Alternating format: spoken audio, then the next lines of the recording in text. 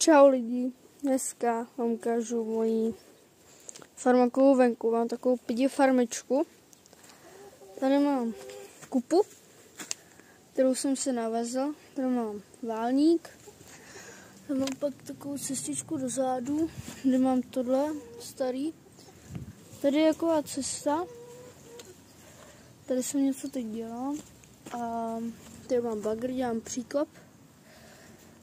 Tady to jsem navezl, tady mám bagr, Tatru, tam mám starou Tatru hozenou, tady mám tady traktor prostě, tady mám vlek, ještěrku, bagr, škodovku a hotovku, nějakou kupičku pidi, tady mám nějaký jehličí kupu, tady mám starý John Deere, vyvážu úplně rozbitou, Class a jo, Skin Black. A tady mám traktor, který nejvíc používám, je trošku zasranej, ale to je jedno, ne? A tady vzadu jsem s tímhle vozil, to asi pozná, že jsem s ním vozil. Teďka nic nedělám, takže čau.